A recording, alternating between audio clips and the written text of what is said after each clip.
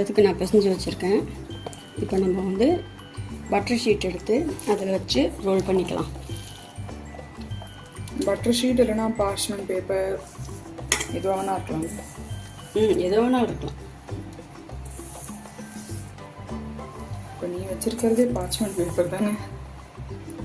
இது ஏதோ ஒரு பேப்பர், ஏதோ ஒரு பேப்பர்லாம் கிடையாது. இந்த பேப்பரில் வச்சு நம்ம இதை வந்து ரோல் பண்ணிக்கணும்.